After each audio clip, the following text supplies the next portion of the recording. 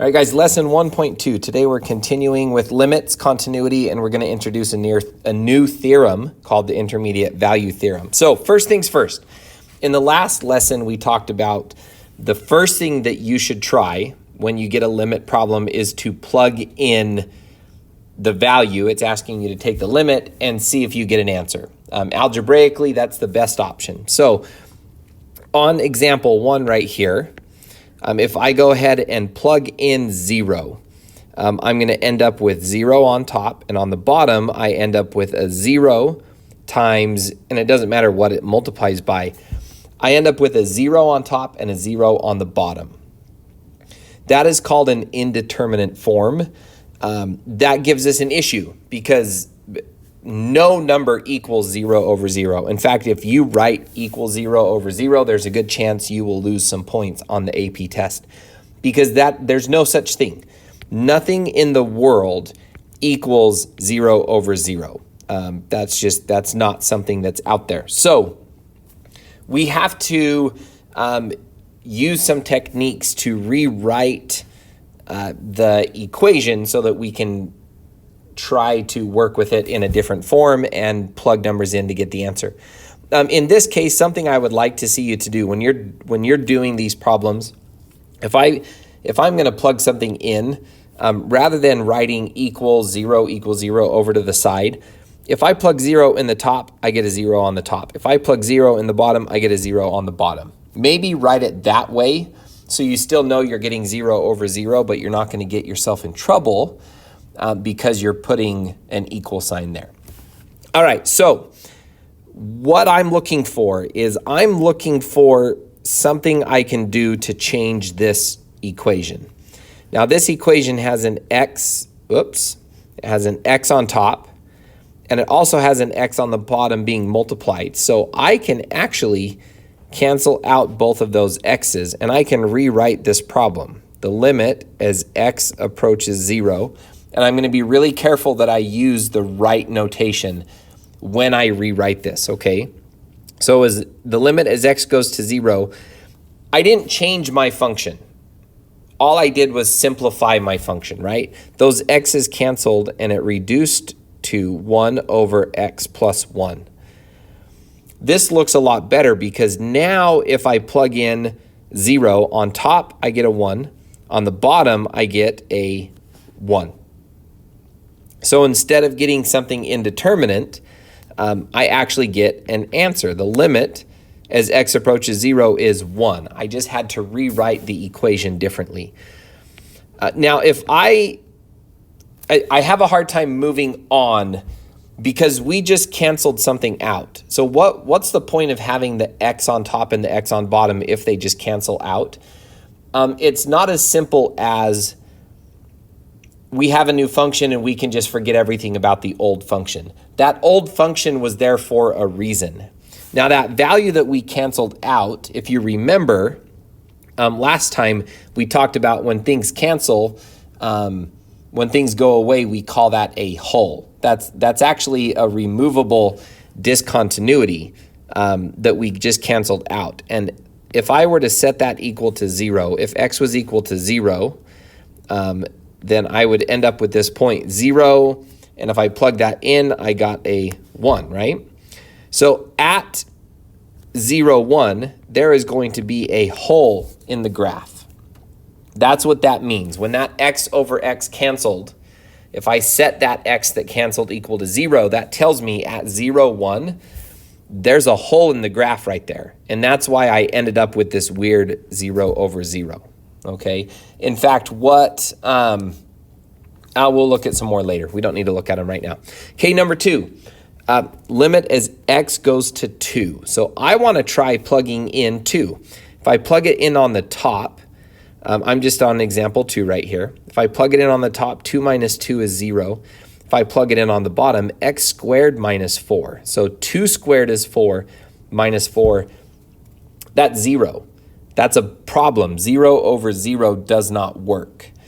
So I want to try to rewrite things a little bit. I want to try to cancel something out. I want to try to reformat my equation here. So x minus 2 on top, x squared minus 4 on the bottom.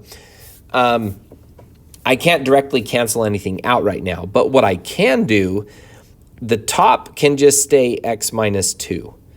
The bottom, x squared minus 4, that looks like something that you learned back in, I think you probably even saw that your sophomore year. That's our difference of square formulas. Remember, if I have a squared minus b squared, I can rewrite that to be a minus b times a plus b. So x squared minus 4 is actually x plus 4 and x minus 4. So I can rewrite my function, the limit as x approaches 2, and on top I still have an x minus 2. On the bottom though, I have an, I wrote that wrong earlier, sorry. It's not x, it's x plus 2 and x minus 2. Sorry, I was going too fast. On the bottom, I have x plus 2 and x minus 2. All right, now things cancel. I can take that x minus 2 on top and the x minus 2 on the bottom. Those cancel and go away, so I'm left with the limit as x approaches 2 of 1 over x plus 2. Now when I plug in my 2, I end up with 1 over 4. So my limit is 1/4. So I just rearranged the equation so that I could cancel things out, find my limit, but my old equation still matters. Something was going on with that old equation that's important. I canceled out x minus 2, right? So, that's not what I wanted. I canceled out my x minus 2. If I set that equal to 0, that means that something is happening when x is equal to 2. There's a hole there. And when x is equal to 2, I just found out that my y value is 1/4. So there's a hole at 2, 1/4. There's a hole at that point on the graph. On today's homework, it didn't ask me to find that hole. It just bothers me not to bring it up, okay? My answer is, I was done right here. That's my answer, 1/4, boom. But I have a hard time not acknowledging, hey, we just got rid of something. It's not gone forever. We just did that to make things a little bit easier with our limits, okay? All right, number 3. As x goes to 1, I'm going to plug that into the top. 1 cubed is 1, minus 1 is 0. I'm going to plug it in on the bottom. 1 minus 1 is also 0. So I have an indeterminate form, which means I have to try to rewrite my equation. On the bottom, there's nothing that cancels right now, but if you go back to Math 3, there's a formula that you might remember called the difference of cubes.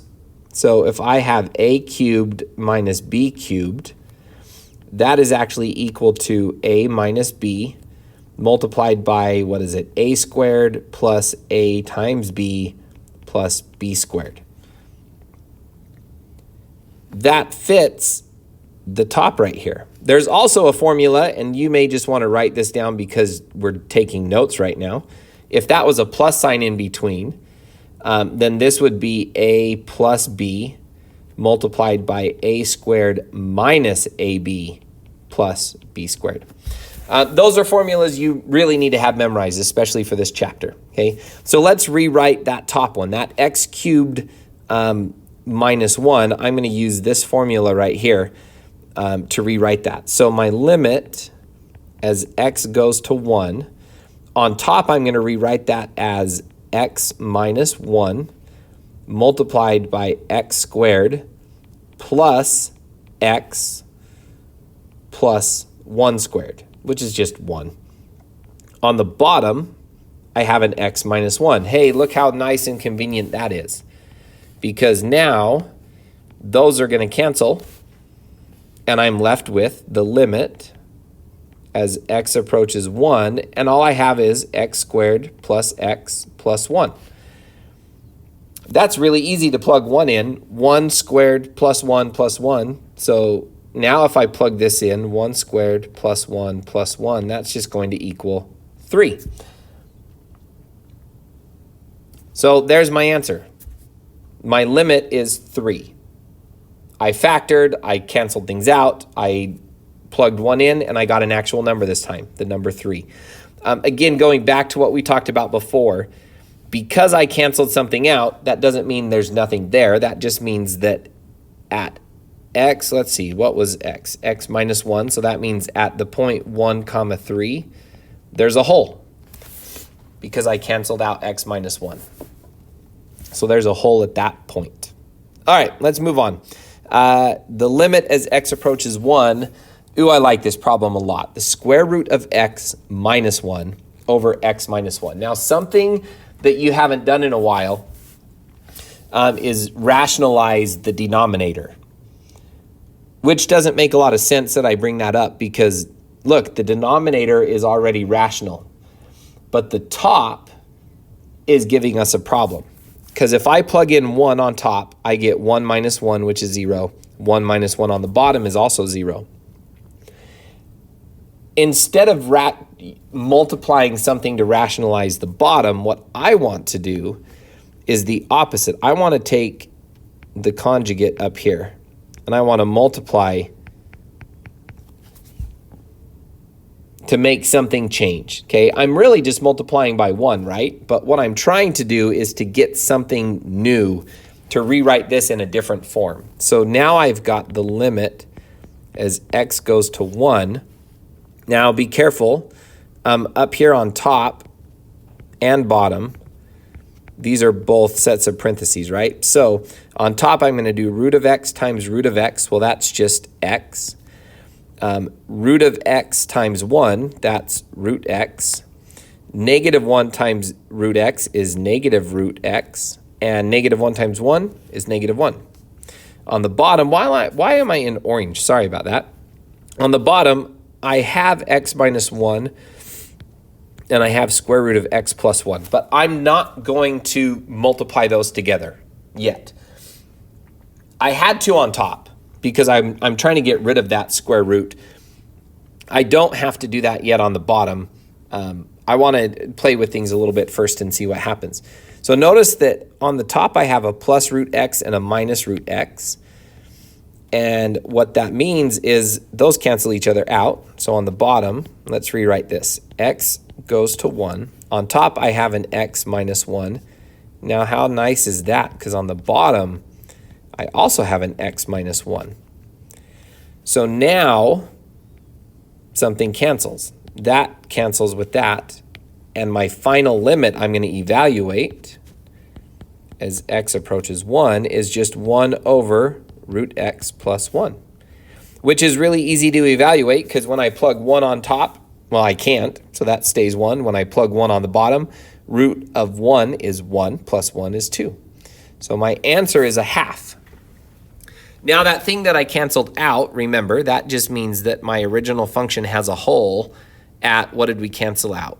X minus 1, so that would be 1 half. There would be a hole, which is what caused that indeterminate form. So number 5. This one, let's see. Limit as x approaches 2 from the right. So this one, we're not looking at the left and right. We're just looking at the right. Of x over x minus 2. Okay.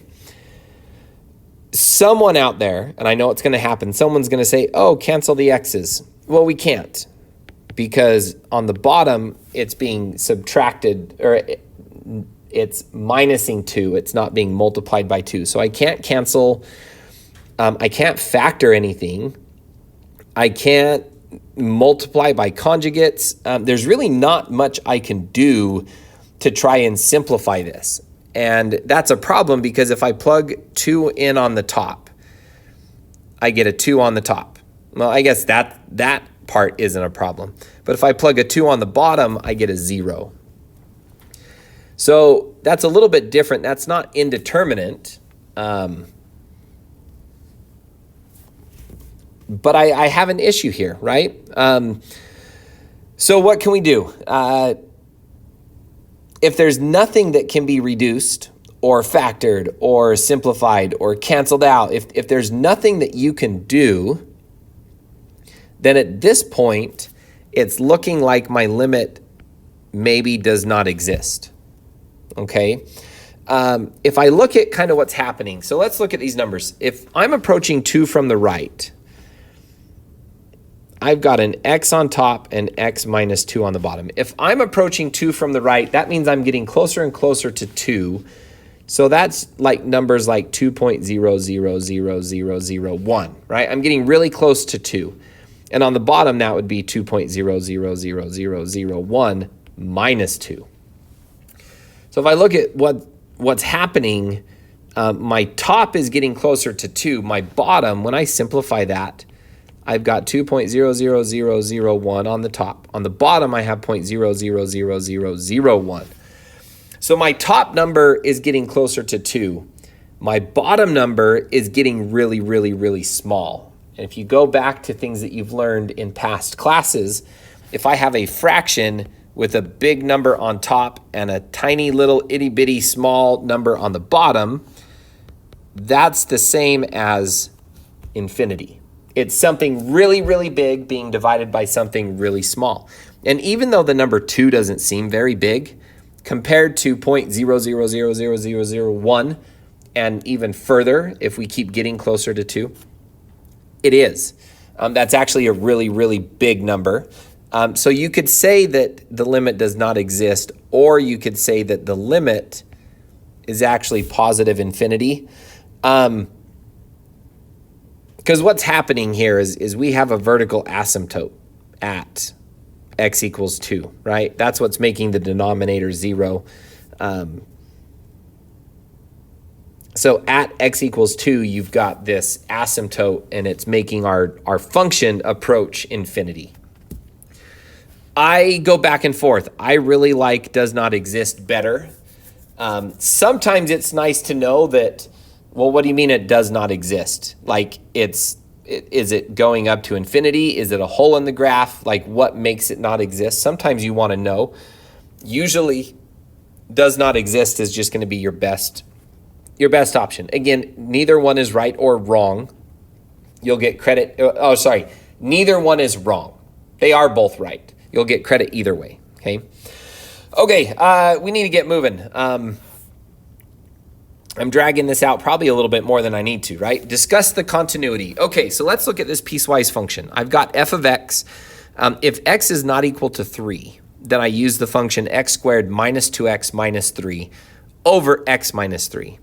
When x is 3, I've got the value of 5. So what the problem is, if I plug 3 in on the top of this fraction, I get 0. If I plug 3 in on the bottom, I also get 0. We don't like that. That is a problem, which is why this function has x equaling 3 defined somewhere else. So let's look at what's happening. If I were to consider the limit, okay, let's look at the limit of x squared minus 2x minus 3 over x minus 3 as x is approaching 3.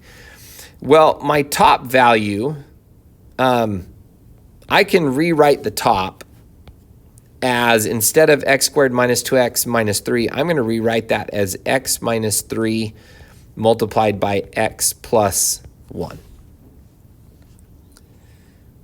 And on the bottom, I have an x minus 3. And I want to do that because that's going to make these two cancel out, right? That makes this go away and this go away. So really, I'm looking at the limit as x goes to 3 of what's on top, x plus, really just x plus 1. And if I plug that in, 3, I get a limit of 4. So that means my function is I'm approaching 3. My value, if I were to graph this, is I'm approaching 3, 1, 2, 3, 1, 2, 3, 4, 5. We know that at 3, my value is actually 5, right? But as I'm approaching 3, as I'm getting closer to 3, my value is actually approaching 4, right? So even though I'm not whoops, I put that dot in the wrong place. Sorry, I got sidetracked a little bit with my thought because I put my dot in the wrong place. I have a point 3 comma 5. The problem is as I'm getting there, right? I'm actually approaching 4. So I have this point 3, 4 that is actually a hole in my graph. And my function, so it looks something like this, right? I've got a hole in the graph at 3 because it doesn't work, but the value is up there at 5. So when it says discuss the continuity, this function is not continuous. It is there's a discontinuity at x equals 3, and it's a hole at the point 3 comma 4.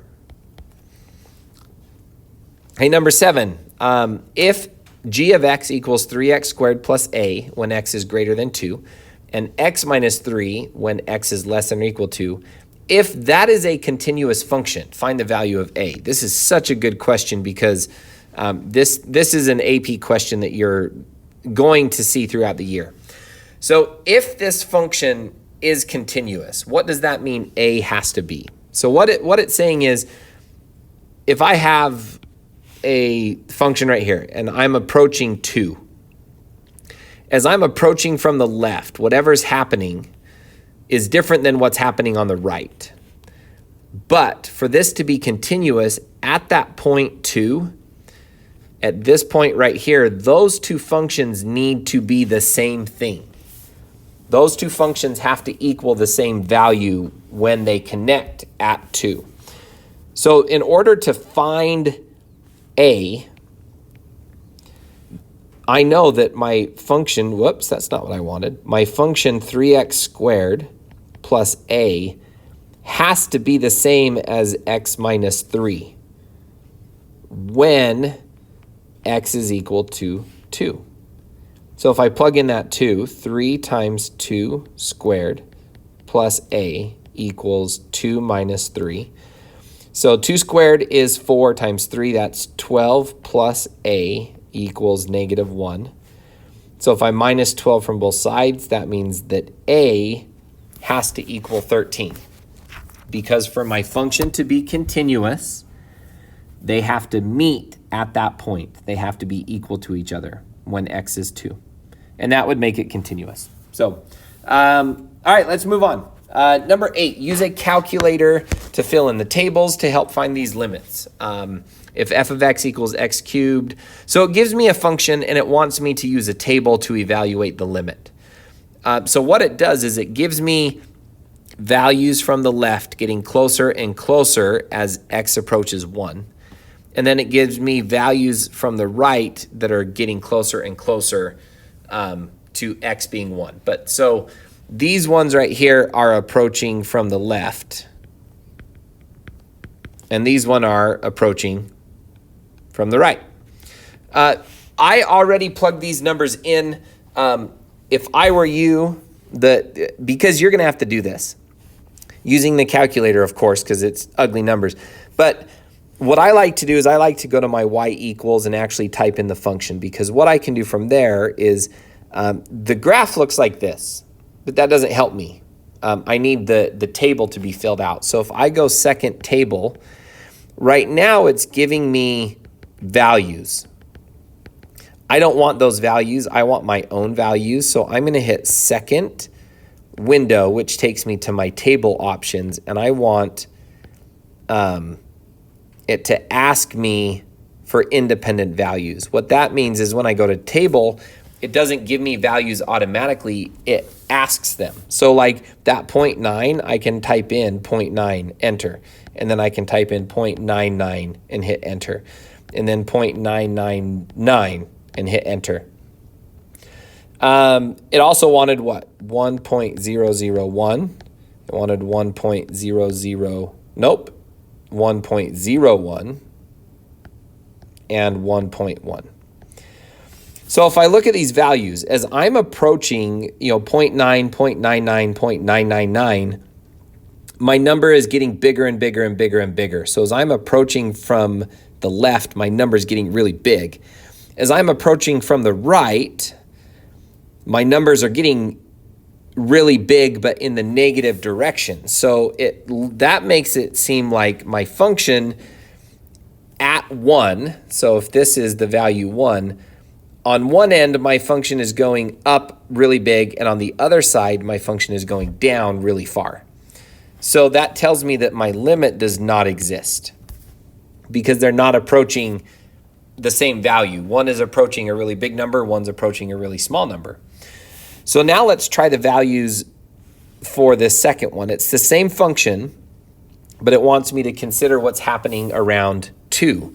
So if I go back to my table, I'm going to pick, it gives you the numbers to try. So I'm picking numbers less than 2, 1.9. Actually, let's clear my, that's not what I wanted. There we go. I want a number less than 2, so 1.9. I want a number less than 2, but closer to 2, so 1.99. I want a number less than 2, but even closer, so 1.999. So I'm going 0.27, 0.32, 0.33. So it looks like I'm getting close to the value 0.33. Now let's look at from the right. I've got 2.001. So I'm really close to 2. 0.33, which follows kind of the pattern we had. Now as I'm moving away, whoops, not 2.1. So from the left, I'm getting closer to 0.33. From the right, I'm also getting closer to 0.33 as I'm getting closer to, as my x's are getting closer to 2. I know that's a mouthful, wow. So it looks like this one is actually approaching 0.33, and maybe even 0.33 would be better. So my limit as x approaches 2 does exist. But as it approaches 1, it doesn't. And that makes sense. I mean, look at the table, or look at the graph.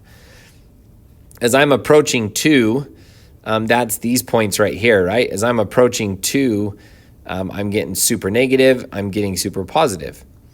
Or as I'm approaching 1, sorry. As I'm approaching 2, I'm actually getting nearer to an actual value. So, all right. Let's move on to the last topic. And these ones, these table ones, those will make a little bit more sense when we're actually doing them together in the classroom. So intermediate value theorem. I love this theorem because it's obvious. It's one of those well-no duh theorems. It's like someone actually wrote down that and called this a theorem when it just seems like it's common sense. But the way it's worded, I mean, look at this right here. If f is continuous on AB and k is a value between f of a and f of b, then there's at least one x value c between a and b such that f of c equals k. That in words, that's a little bit confusing. We'll read that again in just a minute, but I want to show you a picture first. So over here in this picture, I have a point on a graph. Well, first of all, I have a function, right? And my function is just some weird curve. And I have a point. A is my x value, and f of a is my y value. So let's call that 2, and let's call this 6. So this is a point 2, 6 on my function. I also have this point b right here. And if we say that b is something like 8, and f of b is 20, so that means that this point is 8, 20. The obvious thing is if this function is continuous, if my line is a continuous line that goes from this point to this point, I can pick any number k in between, any value for k that's in between 6 and 20, and I'm guaranteed that there's a value of c that will give me that answer k. Okay, if these 2 points connect, then there's a value in the middle for that height, whatever that height is. So the way that we use this is a lot less confusing than the way it's written, okay?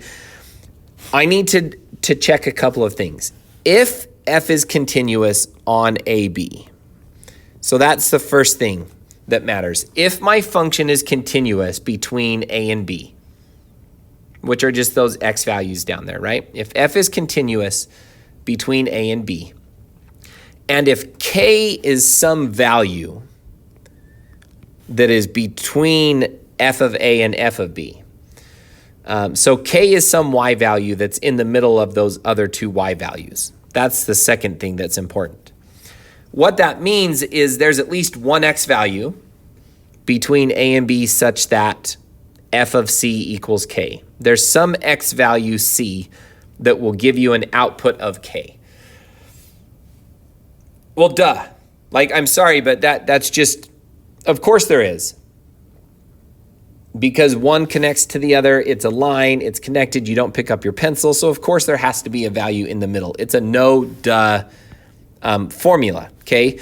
Now here's how we use it, okay? Example 9. Does the intermediate value theorem guarantee a C value on this interval? All right, so for the intermediate value theorem to guarantee something, these three things are what I'm looking at, all right? So first of all, first thing I want to know, here's my function, f of x equals x squared minus x, and then it gives me a c value, a k value, and an ab value. So first thing I need to check is number 1, is f continuous? Between 0 and 5, is there anything that's going to cause my function to be discontinuous? No. No, f of x is continuous from 0 to 5, okay? Second thing I need to check, is the k value in between my y values? Is my k value, is 12 in between f of 0 and f of 5. So let's figure out what f of 0 is. F of 0, 0 squared is 0 minus 0 is 0. So f of 0 is 0. F of 5, my other endpoint, 5 squared is 25 minus 5 is 20. So is 12 between 0 and 20? Yes. 12 is between 0 and 20. And what I probably need, the way I probably need to write this, I already found my f of 0 and f of 5, but I probably need to say that either 12 is between 0 and 20, or I could say 0 is less than or equal to 12, which is less than or equal to 20. Okay? All right, so number 3. Those two things are true. F is continuous. 12 is in between my endpoints. Therefore, there exists an x value c such that f of c is equal to 12. Because it's continuous, because 12 is in the middle, there is some value, f of c, that is equal to 12. There's some number I can plug into the function that will give me an output of 12. Okay? Well, now let's look at b. G of x is x squared minus 4 over x minus 2. Can we use the intermediate value theorem? So step 1 is my function continuous. I need to check if it's continuous. Now from 0 to 3 is that I'm not interested in anything else. I'm only interested in this range right there. I do have a problem because I have an x minus 2 on the bottom, and you know from previous classes that x minus 2 on the bottom means that there is a hole at x equals, or sorry, we don't know that yet. we know that there is a discontinuity at x equals 2. Something is happening at x equals 2. There's either a hole or a vertical asymptote, because if I plug in 2, I get a 0 on the bottom. That is a problem. So I know that there's a discontinuity at 2. That's in my range. So I can't apply the intermediate value theorem because it's discontinuous in that range. If it had told me something instead, if it had said like from 5 to 12 and given me a different value here, it wouldn't have mattered that it's discontinuous at 2 because that's not in my range. That's not in my interval 5 to 12. But my interval 0 to 3. So that does cause some major issues there. All right, let's get to the homework. 1.2, your homework assignment is all the problems, all real numbers, except for a whole bunch. Don't do 15 through 20. Don't do those ones because they use that function that we're not dealing with in this class. And don't do 40, 41, and 44 because they also use that function that we're not using in this class. So skip those problems, but everything else I need you to do. And we'll see you next time.